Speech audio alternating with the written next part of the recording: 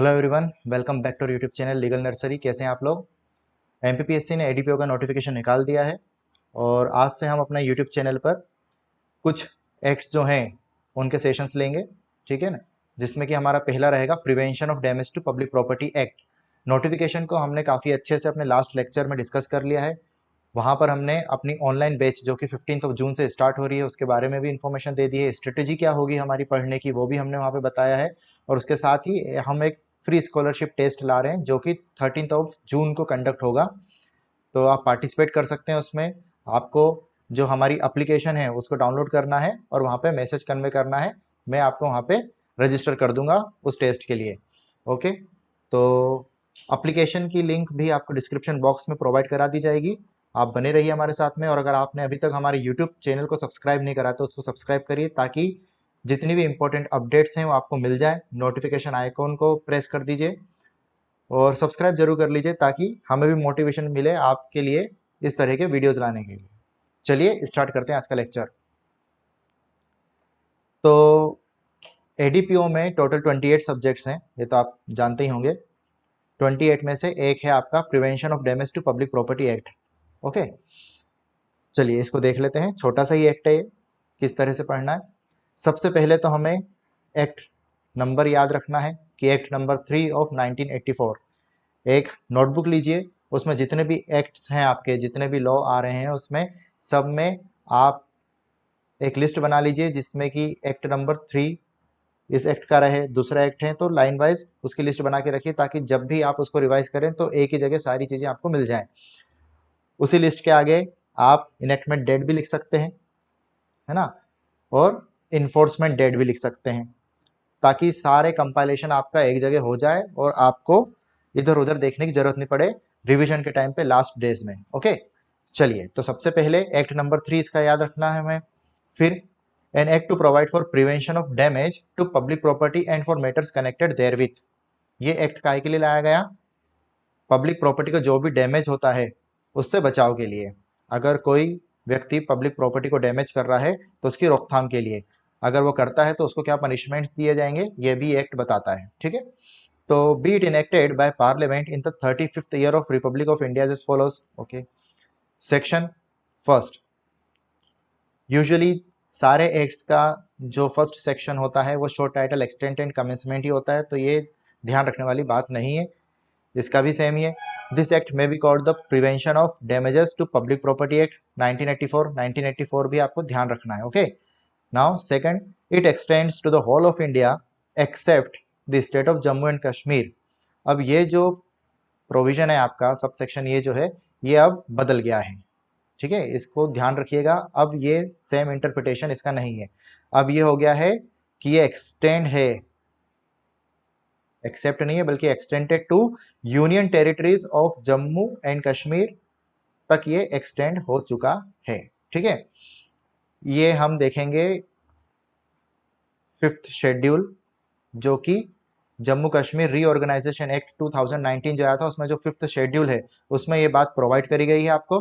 और इस एक्ट की prevention of damages to public property act जो है इसकी एंट्री है वहां पे 77th नंबर पे, जिसमें कि इसको बताया गया है कि ये इस स्टेट में, इस यूनियन टेरिटरी में अब एक्सटेंड हो रहा है, ठीक है। कौन सी डेट से एक्सटेंड हो रहा है, कौन सी डेट से वहां पे एक्सटेंड हो रहा है? वो डेट है आपकी 31 अक्टूबर 2019। तो ये दो बातें ध्यान रखिएगा, बहुत इंपॉर्टेंट है, ठीक है ना। उसके साथ में इन्फोर्समेंट डेट 28 जनवरी 1984, ये आपकी इन्फोर्समेंट डेट हो गई। जैसा मैंने बताया लिस्ट जरूर बना लीजिएगा सारी एक्ट्स की। चलिए definition second, in this act unless the context otherwise requires. जब तक कि कंटेक्स्ट और कुछ इंटरप्रिटेशन नहीं करता हो, उसका कुछ और इंटरप्रिटेशन नहीं निकलता हो, तब तक क्या समझा जाएगा? तब तक ये समझा जाएगा कि मिसचिफ क्या है। Mischief shall have the same meaning as in section 425 of the IPC. IPC 425 में जो मिसचिफ बताया गया है सेम ही उसका इंटरप्रिटेशन यहाँ पे लिया गया है, ठीक है भैया। बी, पब्लिक प्रॉपर्टी क्या है? एनी प्रॉपर्टी वेदर मूवेबल और immovable including any machinery which is owned by और इन पोजेशन और अंडर द कंट्रोल ऑफ, ठीक है। तो यहाँ पे क्या क्या बातें ध्यान रखना है? पब्लिक प्रॉपर्टी क्या होती है? कोई भी प्रॉपर्टी जो कि इमूवेबल हो, मूवेबल हो, और विच इज ओन्ड बाय और इन पोजेशन ऑफ और अंडर द कंट्रोल ऑफ, ये तीनों चीजें ऑन, पोजेशन और कंट्रोल, किसके किसके कंट्रोल में, किसके पोजेशन में, किसके ऑन में, of central government, state government, local authority या फिर कोई corporation established by or under a central provincial or state act. ये भी ध्यान रखना, corporation established by central state or provincial act, ठीक है ना। और any company as defined in 617 of the companies act, ठीक है। या फिर any institution concern or undertaking, कोई भी इंस्टीट्यूशन कंसर्न या अंडरटेकिंग जो कि सेंट्रल गवर्नमेंट डिसाइड करे, डिटरमाइन करे, which the central government may by notification in the official gazette specify in this behalf.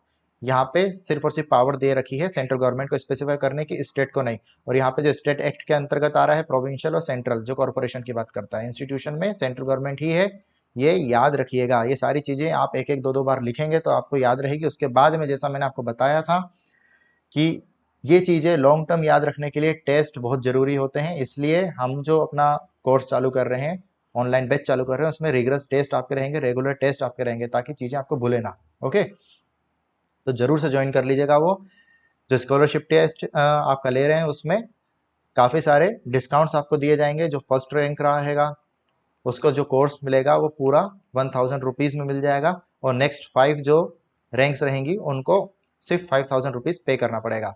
उसके अलावा जो भी है उनको फुल प्राइस पे करना पड़ेगा, और फुल प्राइस भी हमने इंस्टॉलमेंट में रखा है, 2 इंस्टॉलमेंट में आप पे कर सकते हैं, तो किसी तरह की कोई समस्या आपको आएगी नहीं। ओके, 3 to 4 मंथ्स में ये कोर्स लगभग हम कंप्लीट करा लेंगे। 3 मंथ्स का ही टारगेट रखते हैं।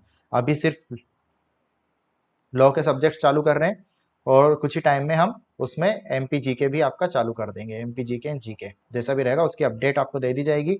उसकी फीस नॉमिनल ही रहेगी, वो अलग से चार्ज होगी। ओके, चलिए, तो इस डेफिनेशन में 2 ही है, ए में मिसचीफ और बी में पब्लिक प्रॉपर्टी।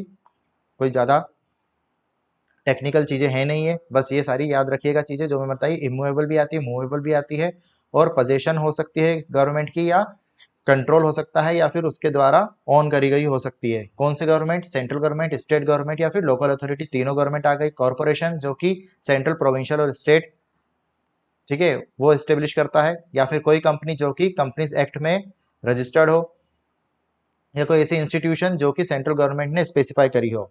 अब जो इंस्टीट्यूशन उसके बारे में, provided that the central government shall not specify, ये इससे डील करता है ना, किसको स्पेसिफाई नहीं करेगी, shall not specify any institution concern undertaking under this sub clause unless such institution concern or undertaking is financed wholly or substantially by funds provided directly or indirectly by the central government। ठीक है, इसका मतलब कि specify central government कर सकती है किसी को भी, ठीक है, किसी भी इंस्टीट्यूशन को, लेकिन वो स्पेसिफाई तब तक नहीं कर सकती जब तक कि वो इंस्टीट्यूशन होली और सब्सटेंशियली, पूरी तरीके से, इसका मतलब पूरी, पार्शियली नहीं है ना, पूरी तरीके से फाइनेंस्ड नहीं हो सेंट्रल गवर्नमेंट के द्वारा, फंड से, सेंट्रल गवर्नमेंट का जो फंड है उसके थ्रू फाइनेंस्ड नहीं हो, इधर डायरेक्टली और इनडायरेक्टली। ठीक है, directly or indirectly note down कर लीजिएगा, ये सब कीवर्ड्स हैं, शॉर्टली इसको लिख लीजिएगा।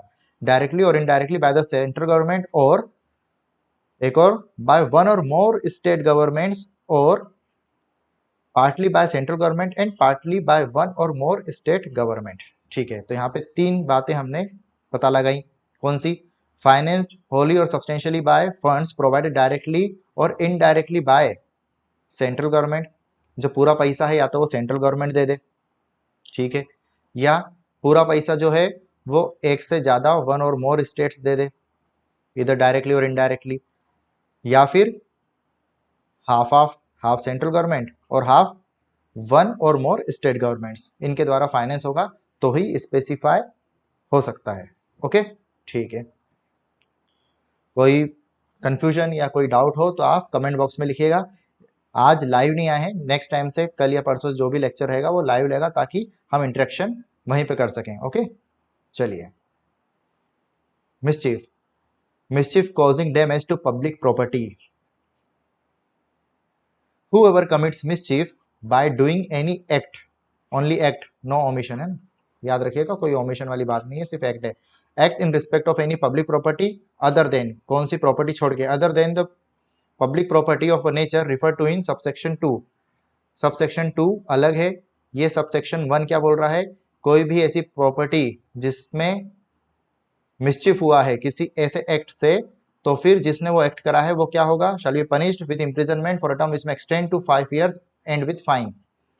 याद रखिएगा 5 years plus fine, and word है, नॉट और, है ना, एंड है, याद रखिएगा। तो ये तो हमने पहला देख लिया। अब सेकंड क्लॉज के लिए जो एग्जाम्पशन इसने दी है वो कौन सी है वो देख लेते हैं सबसेक्शन 2 के लिए। तो सबसेक्शन 2 कौन सी प्रॉपर्टी की बात कर रहा है, whoever commits mischief by doing any act in respect of any public property being, कौन सी पब्लिक प्रॉपर्टी है अब सबसेक्शन 2 में जो यहाँ पे छोड़ दी गई, यहाँ पे जनरल पब्लिक प्रॉपर्टी और यहाँ पे स्पेसिफिक पब्लिक प्रॉपर्टीज, इस तरह से समझिएगा सबसेक्शन 2 में कौन सी है वो, एनी बिल्डिंग, इंस्टॉलेशन और other property used in connection with production, distribution, supply of water, light, power और एनर्जी। ठीक है, कोई भी ऐसी बिल्डिंग, इंस्टॉलेशन या कोई ऐसा प्रोजेक्ट हो जो कि किस चीज में यूटिलाइजेशन हो रहा है उसका, प्रोडक्शन में, distribution, supply of water, light, power और एनर्जी। ठीक है, याद रह जाएगा, कोई बहुत बड़ी बात नहीं है।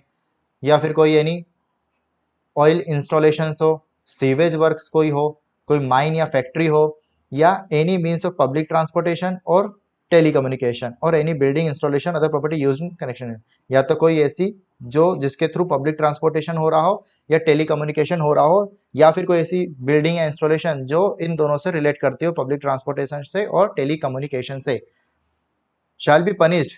अब अगर इन प्रॉपर्टीज के संदर्भ में कोई मिस्चिफ कमिट हुई है तो क्या होगा, वो इंसान शैल be punished with rigorous imprisonment for a term which shall not be less than, अब यहाँ पे दो बातें, shall not be less than 6 months but which may extend to 5 years। यहाँ पे क्या था, सीधे सीधे एक्सटेंड टू 5 years था, और यहाँ पे क्या बोला गया है, shall not be less than 6 months, मतलब यहाँ पे 5 महीने की भी सजा दे सकते थे, लेकिन यहाँ पे 5 महीने की नहीं दे सकते, यहाँ पे मिनिमम जो सजा है वो 6 महीने की रहेगी, जो कि एक्सटेंड हो सकती है 5 साल के लिए, प्लस फाइन, यहाँ पे भी एंड फाइन वर्ड यूज है ना। और कौन सा वर्ड यूज है, रिगरस इम्प्रिजनमेंट, यहाँ पे था क्या रिगरस इम्प्रिजनमेंट, नहीं। ठीक है, यहाँ पे रिगरस इम्प्रिजनमेंट मैंडेटरी है, शैल be punished with rigorous imprisonment.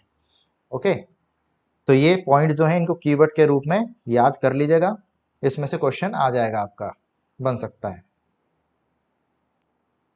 ये तो अलग ही दिख रहा है ना ये सारी चीजें, ये जनरल प्रॉपर्टी, स्पेसिफिक प्रॉपर्टी आपको याद ही रहेगा, वाटर, लाइट या पावर और एनर्जी सप्लाई करने के लिए, प्रोडक्शन के लिए, डिस्ट्रीब्यूशन के लिए कोई ऐसा बिल्डिंग या इंस्टॉलेशन है, या फिर कोई सेवेज वर्क्स के लिए, ऑयल इंस्टॉलेशन के लिए, माइन या फैक्ट्री के लिए, पब्लिक ट्रांसपोर्टेशन, याद रह जाएगा, no such a big deal, एक बार टेस्ट देंगे हमेशा याद रहेगा। आगे प्रोवाइडेड डेट, अब एक प्रोवाइडेड क्या बोलता है इसका, प्रोविजो, प्रोविजो बोलता है कि कोर्ट में, कोर्ट को अधिकार है, discretionary power,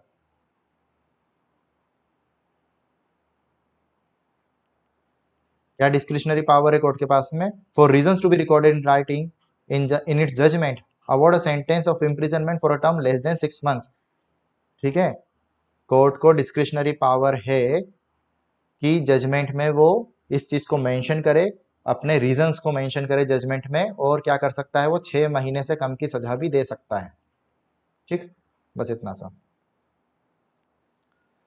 mischief causing, third हमने देख लिया था, क्या देख लिया था, mischief causing damage to public property, और फोर्थ क्या बोलता है, mischief causing damage to public property by fire or explosive substance. वहां पे जनरल था, यहाँ पे फायर से डील कर रहा है फोर्थ में, ये फोर्थ सेक्शन याद हो गया अब। whoever commits an offense under section 1, 2 of 3 by fire or explosive substance, fire या फिर एक्सप्लोसिव सब्सटेंस के थ्रू, तो वो क्या होगा, rigorous imprisonment for a term which shall not be less than 1 year। ऊपर वहां पे देखा था हमने कितना था, 6 महीना, यहाँ पे 1 year but which may extend to 10 years and with fine. ठीक है, 5 साल तक का था, 6 महीना 5 साल था, यहाँ पे 1 साल और से लेके 10 साल तक का है, प्लस फाइन। प्रोवाइडेड, यहाँ पे भी सेम चीज, कोर्ट के पास डिस्क्रिशनरी पावर है, स्पेशल रीजन से रिकॉर्ड करता है और क्या कर सकता है, 1 साल से कम की सजा दे सकता है। आप देख रहे होंगे मैं पनिशमेंट पे इतना फोकस क्यों कर रहा हूँ, इतना जोर क्यों दे रहा हूँ, क्योंकि एडीपीओ में इस तरह के क्वेश्चंस पूछे जाते हैं। मैंने आपको, आपने लास्ट लेक्चर देखेंगे तो आपको समझ आएगा, उसमें मैंने साफ बताया है कि एडीपीओ में इंडेक्स बेस्ड, मतलब सेक्शन के नंबर, सेक्शन की हेडिंग्स और पनिशमेंट्स बहुत ज़्यादा इंपॉर्टेंट रोल प्ले करते हैं, तो उनको बाय हार्ट आप करने की कोशिश करें, इसलिए मैं यहाँ पे इतना जोर दे रहा हूँ इन पे, ठीक है ना। चलिए नाउ सेक्शन 5 क्या बोलता है, बेल के बारे में। नो पर्सन एक्यूज्ड और कन्विक्टेड, एक्यूज्ड याद रखिएगा, एक्यूज्ड या फिर convicted of offence punishable under subsection 3 और 4, 3 या 4 दोनों सेक्शन में कन्विक्ट या एक्यूज्ड हुए, तो अगर वो कस्टडी में हैं तो फिर बेल या पर्सनल बॉन्ड पे रिलीज नहीं होंगे। No person be release on bail or on his own bond unless the prosecution has been given opportunity to oppose the application for such release. कब तक खुद के बेल या बॉन्ड पे रिलीज नहीं होंगे अगर कस्टडी में है तो, एक्यूज्ड या कन्विक्टेड दोनों कोई भी हो सकते हैं। कब तक नहीं होंगे रिलीज, जब तक कि अदर पार्टी जो है, जो प्रोसिक्यूशन है, उसको अपॉर्चुनिटी नहीं मिल जाती है उस बेल एप्लीकेशन के अपोज करने के लिए। ओके, बस इतना ध्यान रखना है। ये 5 हो गया। Second last, saving provision, the provision of this act shall be in addition to and not in derogation of provisions of any other law. अगर कोई दूसरे कानून में कुछ बातें कही गई हैं इस बारे में, तो इस एक्ट के जो भी प्रोविजंस हैं वो एक तरीके से कॉम्प्लीमेंट्री रहेंगे, इन एडिशन टू रहेंगे। और उनका इस यहाँ पे जो दे रखा है प्रोविजन, उसका मतलब ये नहीं होगा कि अगर आईपीसी में कोई बात करी गई है तो उसको डेरोगेट कर दे, आईपीसी प्रिवेल करेगा। Okay, and not in derogation of the provisions of any other law for the time in force, and nothing content in this act shell exempt any person from any proceeding which might apart from this act be instituted or taken against him। और इस act में कोई भी चीज ऐसी नहीं समझी जाएगी कि वो कोई, अगर इंसान ने कोई ऑफेंस करा है, एक्ट करा है, तो उसको वो एग्जम्प्ट कर रही हो, और अगर दूसरे एक्ट में वो पनिशेबल है तो उसको उस एक्ट के तहत क्या होगा, उसकी प्रोसीडिंग्स स्टार्ट करी जा सकेंगी। ठीक है, so nothing content in this act shell exempt any person from any proceeding whether by way of investigation or otherwise which might apart from this act be instituted or taken against him। अगर इस act के अलावा भी दूसरे act में दायर की जाती है तो इसका मतलब ये नहीं है कि उसके खिलाफ वो प्रोसीडिंग्स चलेंगी नहीं, वो चल सकती किसी और एक्ट में भी। Repeal and saving the prevention of damage to public property ordinance 1984 is hereby repealed. ठीक है, ये एक्ट आ गया तो ऑर्डिनेंस रिपील हो गया। Nothing in such repeal anything done or action taken under this act said ordinance shall be deemed to have been done or taken under the corresponding provisions। लेकिन repeal हुआ तो इसका मतलब ये नहीं कि वहां पे जो भी एक्शंस वगैरह ली थी वो सब इनवैलिड हो गई, वो यही माना जाएगा कि इस एक्ट के अंतर्गत ही वहां पे जो भी काम करा है ऑर्डिनेंस में वो इस एक्ट के अंतर्गत ही करा गया है। ठीक है, तो ये बहुत छोटा सा हमारा एक्ट था, खत्म हो गया है। 7 सेक्शन है इसमें, जो सबसे इंपॉर्टेंट सेक्शन है वो आपका सेक्शन 2। ठीक है, ए और बी ये याद रखने वाली बात हो गई है, ये चीजें याद रखने वाली हो गई कि किस तरह की प्रॉपर्टीज आती हैं पब्लिक प्रॉपर्टी में, मूवेबल और इमूवेबल, कौन कौन सी अथॉरिटीज हैं, ये 3 चीजें याद रखने की जरूरत हो गई। फंडिंग कौन कर सकता है और स्पेसिफाई सेंट्रल गवर्नमेंट कब कर सकती है, ये देख लीजिएगा। उसके बाद सेक्शन 3 एंड सेक्शन 4, सेक्शन 3 में ये बहुत एक इंपॉर्टेंट हो गया आपका, साथ में पनिशमेंट तो याद रखना ही है। और सेक्शन 4, सेक्शन 3 और सेक्शन 4 की हेडिंग भी याद रखिएगा। उसके बाद सेक्शन 5, ये नहीं भी रहे कोई इशू नहीं है। ठीक है, तो सेक्शन 4, सेक्शन 5 और सेक्शन 6 का बस इतना याद रखिएगा कि ये जो एक्ट है ये एज ए कॉम्प्लीमेंट्री है, इसके प्रोविजंस, और डेरोगेशन नहीं करते हैं दूसरे एक्ट के प्रोविजंस का, बस इतना याद रखिएगा। तो दूसरे एक्ट के प्रोविजंस प्रिवेल करेंगे हमेशा, या फिर अगर उनमें ज़्यादा पनिशमेंट दी गई है तो वो प्रिवेल करेगा, इसमें ज़्यादा दी गई है तो इसके अंतर्गत भी पनिशमेंट दे सकते हैं। ठीक है, तो ये था आज का हमारा सेशन। एक एक्ट हमने एडीपीओ का कंप्लीट कर लिया। ऐसे ही धीरे धीरे हम कोशिश करेंगे, जितने भी एक्ट्स हैं पूरे तो कंप्लीट नहीं हो पाएंगे, नॉट पॉसिबल, क्योंकि टाइम भी ज़्यादा लगता है। यूट्यूब पे इतना ज़्यादा समय पढ़ाना सही भी नहीं रहता है, आधा घंटे के आसपास ही लेक्चर बनना चाहिए, तो पूरा तो कंप्लीट नहीं हो पाएगा। जितना भी होगा मैं ट्राई करूँगा आपको यहाँ पे इम्पार्ट कर दूँ सारा नॉलेज जो भी है। तो आप बने रहिए और चैनल को ज़रूर से सब्सक्राइब कर लीजिए ताकि आने वाले जितने भी अपडेट्स हैं आपको मिलते रहें। ओके, चलिए, थैंक यू सो मच।